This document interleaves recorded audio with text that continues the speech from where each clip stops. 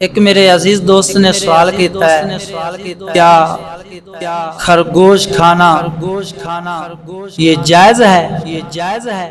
ارے میرے بھائی اس کا جواب میں نہیں دیتا، سنیوں کے امام سیدی اعلیٰ حضرت امام اہل سنت الشاہ امام احمد رضا خان رحمت اللہ تعالی علیہ آپ کی زبان سے دیتا ہوں۔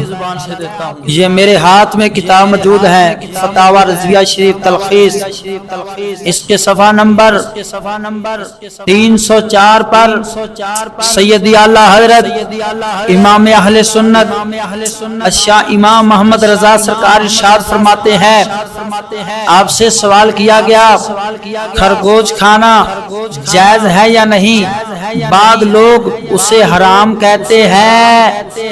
اب سنیوں کے امام ارشاد فرماتے ہیں، الجواب خرگوش ضروری حلال ہے، اسے حرام جاننا یہ رافضیوں کا مذہب ہے۔ فرمایا اہل سنت و جماعت کا مذہب نہیں، اہل سنت و جماعت کا مذہب اسے حلال جاننا ہے۔ اللہ اکبر کبیرہ۔